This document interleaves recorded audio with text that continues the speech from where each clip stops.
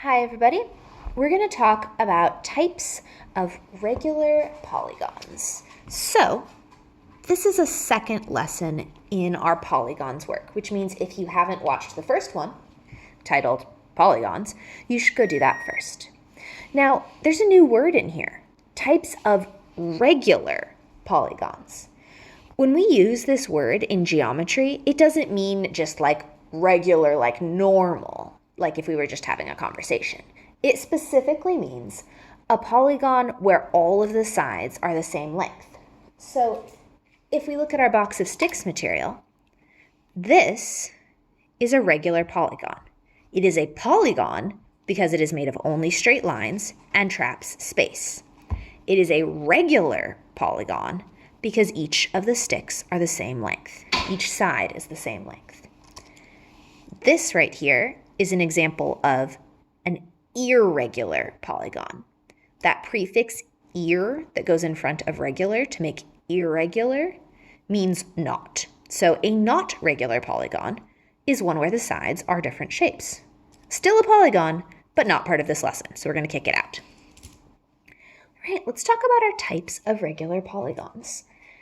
A lot of these are words that you have heard before. Maybe you've done work with this in primary. This might be totally a review for you, or this might be something that even if you're 10, you've forgotten some of and might need a little practice on. So don't worry about whether this is a totally new lesson. This is the sort of thing that people often review. All right, we're going to look at our types of regular polygons, starting with the one with the smallest number of sides. Our polygon with the smallest number of sides is a triangle. And you know what? When I look at this one, I realize this is not a regular polygon. Know why? This side and this side are the same length, but this side is longer. This is a polygon. It is a triangle, but it is not a regular polygon. Let's get a different one.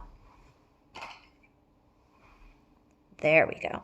This triangle is a regular polygon. There's a triangle. If we keep going, we have one that has 4 sides.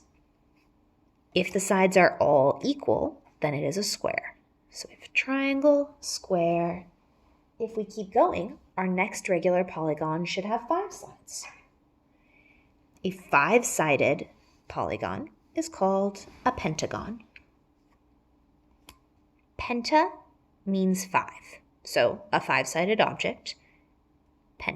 Pentagon. And remember from when we talked about the word polygon in our last lesson, that the gon part comes from a Greek word gonia, which means angle. So this name does not actually mean 5 sides. It's true, it has to have 5 sides, but the roots of the name, where it came from, means 5 angles.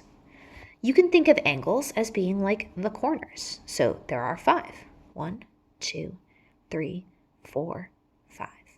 A pentagon is a 5-sided shape with 5 sides and 5 angles. And in order to be a regular pentagon, each of those sides needs to be the same length. If we keep going, we get to one with 6 sides. A 6-sided polygon is a hexagon. Hex means 6. And then again, we have the gon part, which means angles. A hexagon is a 6-sided polygon. Next is 7. A 7-sided polygon is called a heptagon. It's important to be careful when you pronounce hexagon and heptagon because they both start with the same sound. So if you aren't careful to say the word clearly, it can be confusing. A hexagon has 6 sides and angles. A heptagon has 7 sides and angles. After 7 comes 8. An 8-sided polygon is called an octagon. Many of you learned about doing octagon weaving this past year, and we used an octagon, an 8-sided shape, to do that weaving. An octopus, that has that oct part again, that means 8. An octopus has 8 legs. When you learn these little beginning sounds that make up number words, so penta meaning 5, octa meaning 8, you'll find that they appear a lot in math and science and just in life in general. These are really useful parts of speech to learn, these parts of the words that mean the numbers. All right, moving on, after our 8-sided object, we get to our 9-sided polygon. I've found that these are the words that folks seem to know the least, and I think it's because we see these other shapes more often. We see triangles and squares all the time. Pentagons, hexagons, heptagons, and octagons are something we've practiced. But this guy, our 9-sided polygon, it's called a nonagon. Nonagon. The non part means 9. The gon part means angles. A nonagon has 9 angles and 9 sides. And last for our lesson, but not last for the world, is our decagon. A decagon has 10 sides and 10 angles. Deca means 10.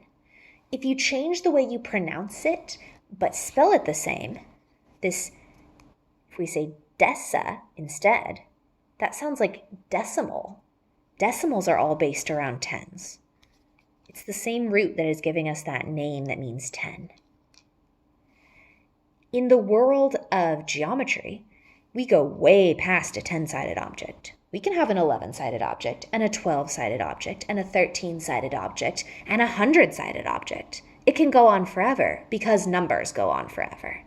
For our lesson, though, we'll just start by practicing these 8 first polygons that we come to. You might practice these by drawing them and writing down their names. You might practice this by making some art and labeling all your different regular polygons that you used in it. You might choose to go to our files section on Google Classroom and find the flashcards of this material that you can print out, and you can use them to play games like memory with someone in your house or even with yourself. You can make a matching work. All of those things are things you can do with this idea at home.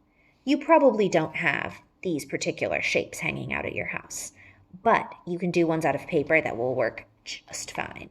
So if you'd like some of these shapes to work with, go check out our files section. And if you wouldn't, just do something on paper with this idea. Maybe you'd even like to take a walk and keep track of how many of each of these shapes you can find on the walk. My guess is that you probably won't see many nonagons on your walk. But I don't know your neighborhood. Maybe someone has some, nonagon-shaped windows. I bet you'll find a lot of squares and triangles, and maybe a lot of hexagons, depending on where you live. That could be a really interesting work. You could even graph your results. Have a good day, my friends. I miss you all. Can't wait to see you in person again. Bye.